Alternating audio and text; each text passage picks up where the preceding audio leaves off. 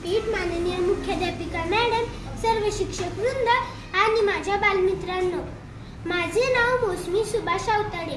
मी इयत्ता 3री चमेली गटात शिकते. स्वराज्य हा माझा जन्मसिद्ध हक्क आहे आणि तो मी मिळवणारच, अशी सिंहगर्जना करणाऱ्या लोकमान्य टिळकांची गोष्ट मी आज तुम्हाला सांगणार आहे. माझ्या गोष्टीचे नाव आहे शेंगांची टरफले. ही गोष्ट आहे टिळकांच्या बालपणीची.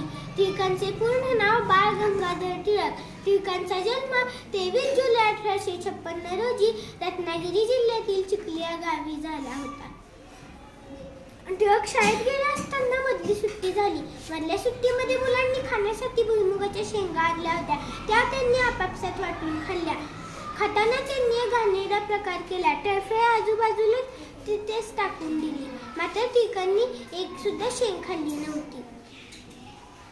मधली सुट्टी संपल्यानंतर गुरुजी वर्गात आली. त्यांनी हा कचरा पाहून ते संतापले. त्यांनी विचारलं, कोणी केला हा कचरा ते सांगा मला. मुले काहीही बोलली नाहीत. परत गुरुजींनी विचारलं, कोणी केला हा कचरा ते सांगा मला. तरीही मुले काही बोलली नाही आणि गुरुजींना हे अपेक्षितच होतं. नंतर गुरुजींनी शिक्षा सुनावली, चालतंय, कोणी केला कचरा ते सांगणार नसाल तर तू उचला. सगळी मुले आपापला कचरा उचलू लागली. मात्र टिळक आपल्या जागेवरून हलले नाहीत. गुरुजींनी त्यांना विचारलं, काय रे, तू दिसत नाही का तुला? सगळी मुले आपापला कचरा गोळा करतात आणि तू आपल्या जागेवरून हलला नाहीस. यावर टिळक बोलले, गुरुजी, मी शेंगा खाल्ल्या नाहीत, मी टरफले उचलणार नाही. यावर गुरुजी बोलले,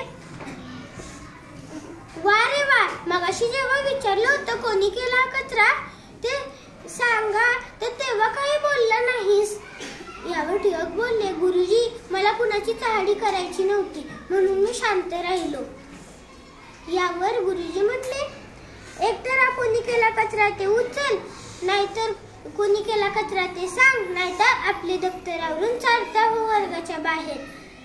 टिळकांनी आपले दप्तर आवरले आणि वर्गाच्या बाहेर निघून गेले.